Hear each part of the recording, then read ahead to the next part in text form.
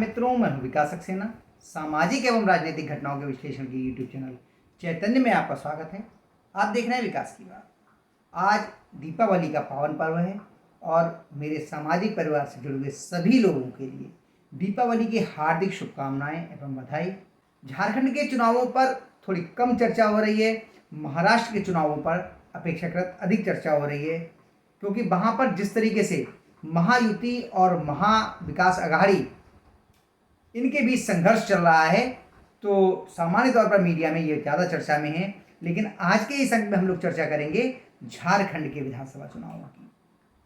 उन पर कम थोड़ी चर्चा हो रही है, लेकिन फिर भी मैंने सोचा कि आज के अंक में थोड़ी सी झारखंड पर हम लोग बात कर लें। झारखंड में मुख्य मुकाबला जो है वो भारतीय जनता पार्टी के जो गठबंधन है आजसू के साथ, इसका इंडी गठबंधन से जुड़े हुए कांग्रेस, झारखंड मुक्ति मोर्चा, आरजेडी यानी राष्ट्रीय जनता दल जो लालू प्रसाद यादव जी की है, सीपीआई माले और समाजवादी पार्टी, ये लोग हैं। लेकिन मजे की बात यह है कि इंडी गठबंधन के जो दल हैं उन्हीं के बीच में आपस में समझौता नहीं हो सका है और वही एक दूसरे के खिलाफ वहां पर चुनाव मैदान में ताल ठोके हुए हैं।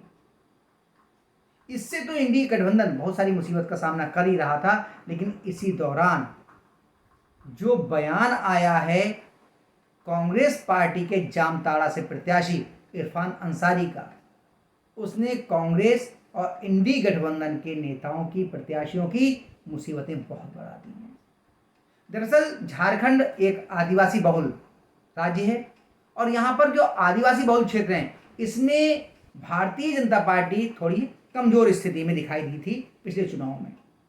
लेकिन भारतीय जनता पार्टी ने इस पर काफ़ी काम किया। जितने भी रूठे हुए उसके नेता थे, बड़े बड़े नेता थे आदिवासी समाज से जुड़े हुए, उनको वापस पार्टी में लाया गया। उनसे जुड़े हुए लोगों को टिकट दिए गए ताकि भारतीय जनता पार्टी की आदिवासी जो समाज है, जो मतदाता हैं, उनमें पहुंच को बढ़ाया जा सके। कुछ जो सीटें थीं उन पर लोकसभा चुनावों में भारतीय जनता पार्टी को कम वोट भी मिले हैं। इसलिए भारतीय जनता पार्टी का जो शीर्ष नेतृत्व था उसने आदिवासी बहुल क्षेत्रों पर ज़्यादा तत्परता से और ज़्यादा गंभीरता से काम किया। और रही बची कसर पूरी कर दी झारखंड मुक्ति मोर्चा के जो मुख्यमंत्री हैं, नेता हैं, हेमंत सोरेन ने। वो जब पीएमएलए केस में ईडी द्वारा गिरफ्तार किए गए तो उन्होंने अपने पद से इस्तीफा दिया। चर्चा ये हो रही थी कि वो अपने पद को अपने परिवार में ही रखने के लिए मुख्यमंत्री के पद को वो सीता सोरेन को मुख्यमंत्री बना सकते हैं जो उनकी भाभी हैं, या फिर वो अपनी पत्नी के लिए जो मुख्यमंत्री बना सकते हैं। लेकिन इन दोनों को मुख्यमंत्री बनाने की जगह परिवारवाद के आरोपों से बचने के लिए उन्होंने चंपई सोरेन, जो सरायकेला से विधायक थे, उनको मुख्यमंत्री बनाया। चंपई सोरेन असलियत में जो हेमंत सोरेन के पिताजी हैं और झारखंड मुक्ति मोर्चा के मुखिया हैं शिबू सोरेन, उनके बहुत नज़दीकी हैं और 6 बार से विधायक थे। उनको मुख्यमंत्री बनाया गया। लेकिन जब जमानत पर छूटकर बाहर आए हेमंत सोरेन, तो उन्होंने बिना कोई पूर्व सूचना दिए हेमंत सोरेन ने चंपई सोरेन से इस्तीफा करवा लिया। इसे बात को जो उनके पिताजी के साथ के हैं हेमंत सोरेन के, चंपई सोरेन, उन्होंने अपने अपमान के तौर पर लिया और उन्होंने कहा इस अपमान को बर्दाश्त नहीं किया जा सकता। कोल्हान क्षेत्र में जो है चंपई सोरेन का काफ़ी अच्छा प्रभाव है, आदिवासी नेता हैं और कोल्हान क्षेत्र में उन्हें कोल्हान टाइगर के नाम से जाना जाता है। उन्होंने नाराज होकर के झारखंड मुक्ति मोर्चा का दामन छोड़ दिया और वो भारतीय जनता पार्टी में शामिल हो गए। इस तरीके से एक बड़ा आदिवासी चेहरा, भारतीय जनता पार्टी के पास जो अपने नेता थे वो तो थे ही, साथ में झारखंड मुक्ति मोर्चा का एक बड़ा आदिवासी नेता भी भारतीय जनता पार्टी में शामिल हो चुका है। तो इससे पहले ही माना जा रहा था कि आदिवासी क्षेत्र में भारतीय जनता पार्टी और उसके नेतृत्व वाले एनडीए यानी कि राष्ट्रीय जनतांत्रिक गठबंधन की पहुंच बढ़ेगी। लेकिन अब जिस तरह का बयान कांग्रेस के प्रत्याशी ने दिया है, उसके बाद से तो लगता है कि झारखंड में पूरा का पूरा पासा पलट सकता है। उनके बयान को आदिवासी समाज और महिलाओं के खिलाफ बयान के तौर पर लिया जा रहा है और इसको लेकर वो निशाने पर भी हैं। सीता सोरेन को जो शिबू सोरेन की पुत्रवधू हैं, असल में उनके दो बेटे, एक दुर्गा सोरेन बड़े थे, उनका निधन हो गया है, और उनके छोटे पुत्र जो हेमंत सोरेन वो इस समय पर मुख्यमंत्री हैं झारखंड के।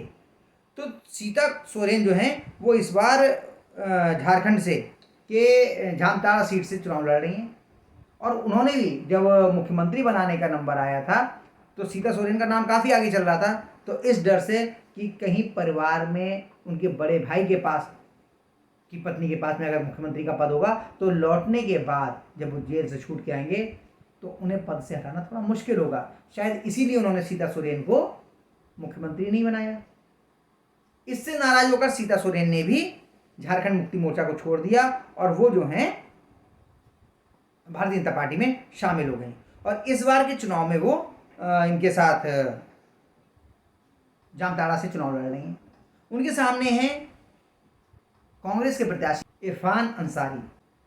जब उन्होंने अपना नामांकन दाखिल किया, इरफान अंसारी ने बहुत ही अभद्र, अश्लील और महिला की सम्मान को, उसकी गरिमा को ठेस पहुंचाने वाली टिप्पणी सीता सोरेन के खिलाफ की, जैसा कि भाजपा के लोग आरोप लगा रहे हैं, सीता सोरेन जी आरोप लगा रहे हैं।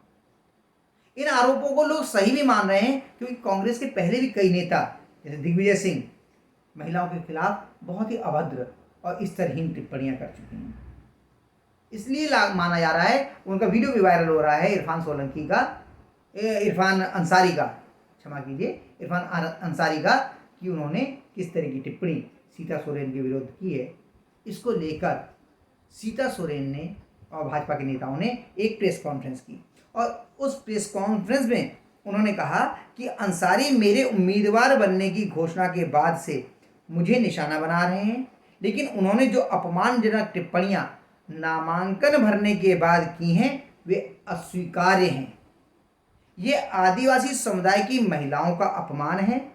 आदिवासी समुदाय उन्हें कभी माफ नहीं करेगा।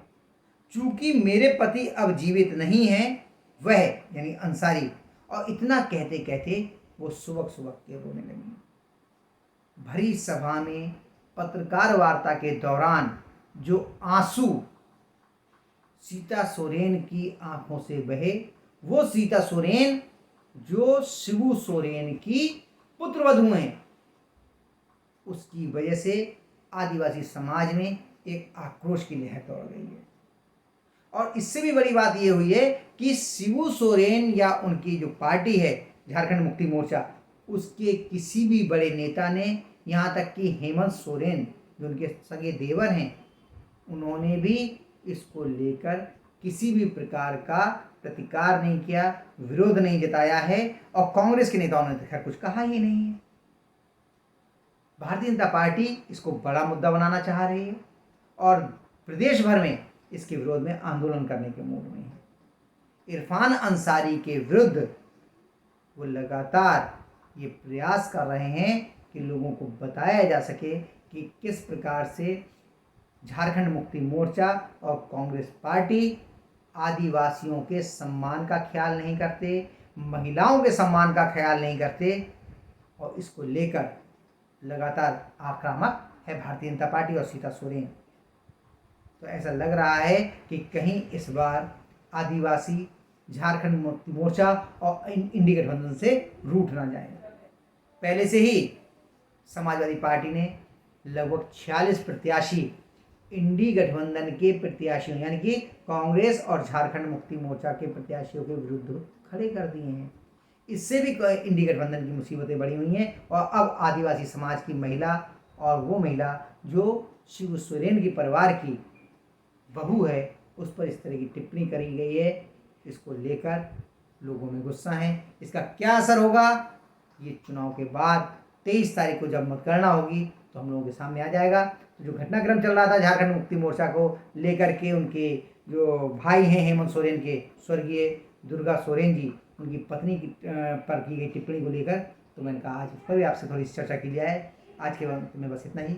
अगले अंक में हम लोग फिर मिलेंगे किसी नए मुद्दे के साथ। तब तक के लिए अनुमति दीजिए। आपसे अनुरोध है कि अगर आपको ये वीडियो पसंद आया हो तो इसे लाइक कीजिए, शेयर कीजिए, और हाँ, अगर इस चैनल पर आप नए हैं तो आपसे ये भी अनुरोध है कि इस चैनल को सब्सक्राइब करने के बाद नोटिफिकेशन का बेल आइकन जरूर दबाइए। धन्यवाद, प्रणाम।